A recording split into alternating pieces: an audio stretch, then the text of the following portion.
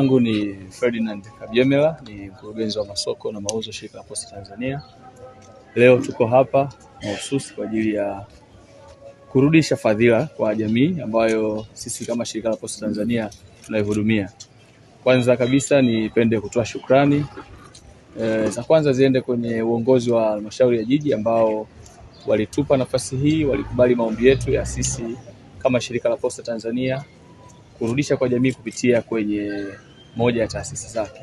Lakini vile vile tutoe shukrani za dhati kwa uongozi wa kituo hiki cha afya, mganga mkuu, mganga mfawidhi wa kituo hiki cha afya pamoja na uongozi ambao wamekuwa na ushirikiano, wamekubali kutupokea, lakini vile vile wamekubali kushirikiana na sisi ili tuweze kurudisha kwa jamii kupitia kwa zawadi hizi mbalimbali, lakini vile vile kupitia huduma mbalimbali ambazo zimetolewa siku ya leo kwa wananchi katika kituo hiki cha afya.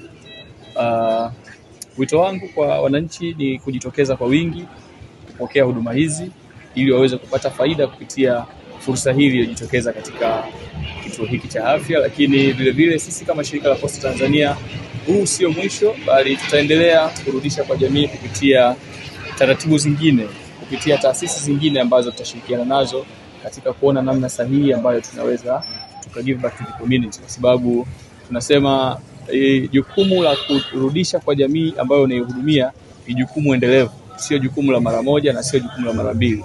Kwa hiyo tutaendelea kufanya hivi mara kwa mara ili kuhakikisha kwamba wale tunaowahudumia katika huduma zetu tunazozitoa, basi na wao wanakuwa sehemu ya wanufaika wa ile faida ambayo tunaipata sisi kama taasisi ya serikali. Kwa hiyo basi nitumie tu fursa hii kuendelea kuhamasisha wananchi kuendelea kutumia huduma zetu za shirika la Posta Tanzania.